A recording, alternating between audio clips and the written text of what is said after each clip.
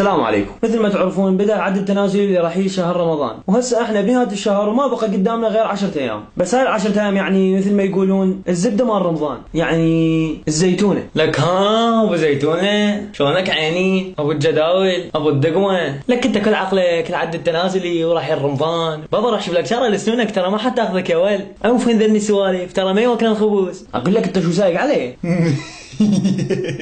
يا اخي مو انت توازيني، يعني تخليني اصير برالل. ولا انت شو فهمك بالانجليزي؟ برالل يعني متوازي. روح ثقف نفسك.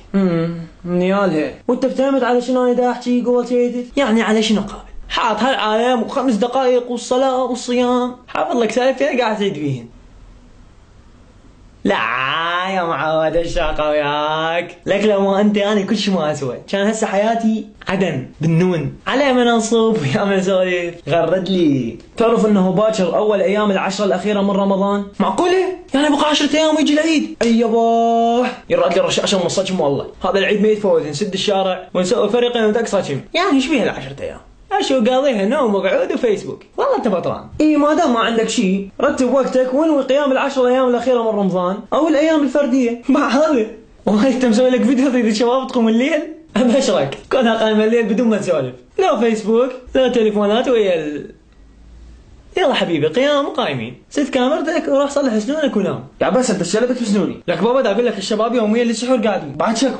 ايه حلو، يعني القيام سهل ما دام مسيطرين على فقرة السهر بالليل، ما يراد له غير ترتيب للوقت واعداد برنامج القيام. تعرفون الرسول عليه الصلاة والسلام ايش كان يسوي من تجي ال10 الاواخر؟ كان يعتكف بالمسجد ويشد همته ويضاعف طاعته، وهذا دلالة على الاجر العظيم الموجود بهاي الايام. ما دام احنا قاعدين خلينا نستغل هاي الايام اللي هي نفس الايام اللي نزل بها القرآن، وكانت ايام بداية الاسلام وايام نزول الوحي، ومن ضمنها ليلة القدر اللي هي خير من 1000 شهر. 1000 شهر، تخيل تقوم ليلة واحدة الاعمال اللي تسويها بها افضل من الاعمال اللي تسويها ب1000 شهر. تعرف 1000 شهر ايش قد تعادل؟ 83 سنة بليلة واحدة، حتى مو يوم كامل، ليلة واحدة واللي هي تعادل 3 ساعات او ساعتين فقط. عادي عود اقيمها بس هي.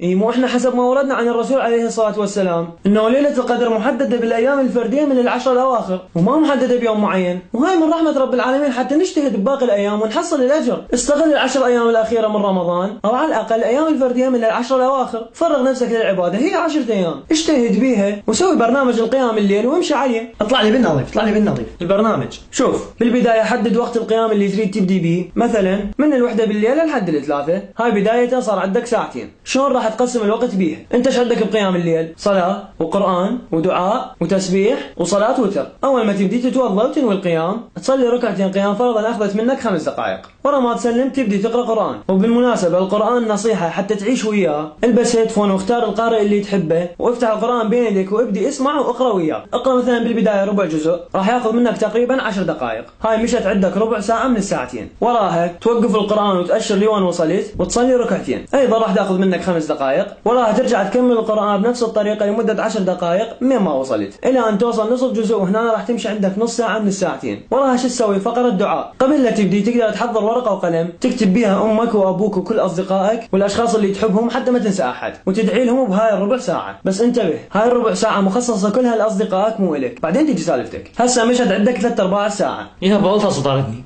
لا تدوخ، هذا الحكي راح تلقاه من خلال هذا الرابط على الصفحة الرسمية ضمن الصور. هسه قد بقى عندك؟ ساعة وربع، على اعتبار انه افترضنا القيام من ال1 لل3. وبهاي الربع ساعة تيجي تصلي ركعتين، وراها تكمل قراءة القرآن من مدة 10 دقائق من ما وصلنا، هنا خلصت عندك ساعة. وراها تبدي الساعة الثانية اللي هي من 2 لل3. ايضا اول ما تبدي تصلي ركعتين، وراها تكمل القرآن من وين ما وصلت لمدة 10 دقائق، لهنا كملت عندك ساعة وربع. بهذا الوقت تكون اكملت جزء كامل من القرآن وصليت 8 ركعات قيام ودعيت لأصدقائك. وراها شو تسوي؟ تروح تجدد وضوءك وتعيد نشاطك وترتاح شوية لمدة 5 دقائق، بعدها تقعد وتدعي لنفسك لمدة 10 دقائق كاملة، يبقى عندك نصف ساعة. شو تسوي بيها؟ أول 5 دقائق تصلي الوتر واللي هي آخر صلاة، تبقى عندك 25 دقيقة تقوم تساعد أختك أو أمك وتسوي وياهم سحور. بالله ترتاح راحة يمكن ما ضايقها بحياتك. لا تفوت كل هذا الأجر عليك، ومن ضمن أجر ليلة القدر خير من 1000 شهر. تخيل الرسول عليه الصلاة والسلام يقول: من حرمها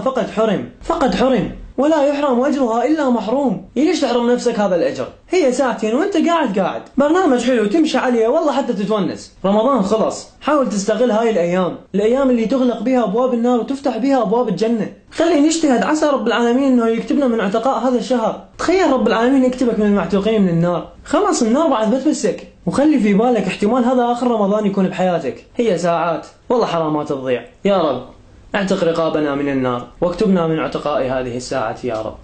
وسارعوا إلى مغفرة من ربكم وجنة عرضها السماوات والأرض أعدت للمتقين.